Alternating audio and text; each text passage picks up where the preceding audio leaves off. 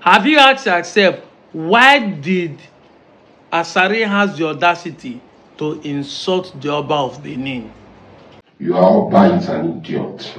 Your Oba that sleeps with his sisters, like with two sisters of the same father, the same mother.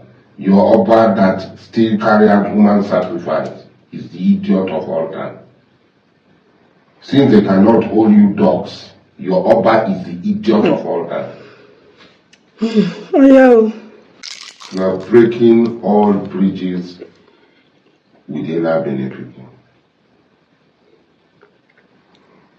When you continue to try to eat below the belt, unethical tactics, when you employ unethical tactics. Before you think that Asari is insulting the Oba of Benin, because that's what a lot of people will say, how are you insulting Oba? The question is, did he insult him, or he was stating a fact, a secret that many of you don't want to share?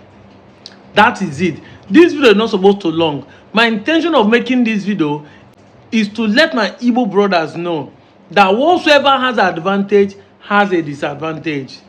When they go up and down telling the Igbo, gaslighting us, insulting us, Igbo does not have a king. They think they are insulting us. But today you can see the reason why people can come boldly and speak boldly against what your Oba represent is because you have a king. You can say, Igbo king, get out. Which of them are you insulting? There are so many of Igbo kings. You must be specific. And if you are talking to me, you might not actually even pay me. But they knew that you always, every time you want to talk, my Oba say, you put your Oba picture to say, Oba this, Oba that. When they speak, you say, because the person call you Oba, you will threaten, you do. That's why people are insult. That's why people are saying the things they are saying against the Oba, so that we pain you. So at the end of the day, whatever has advantage has a disadvantage. The advantage that we don't have a king is the reason why you cannot insult our elders. You cannot insult our kings. But as far as you have exalted that man, everybody will start talking to that man anyhow you want to see it. Am I saying we should not respect elders? We should, but don't make them be Lord and personal savior of your life. Nobody can save each other. Your king needs reverence.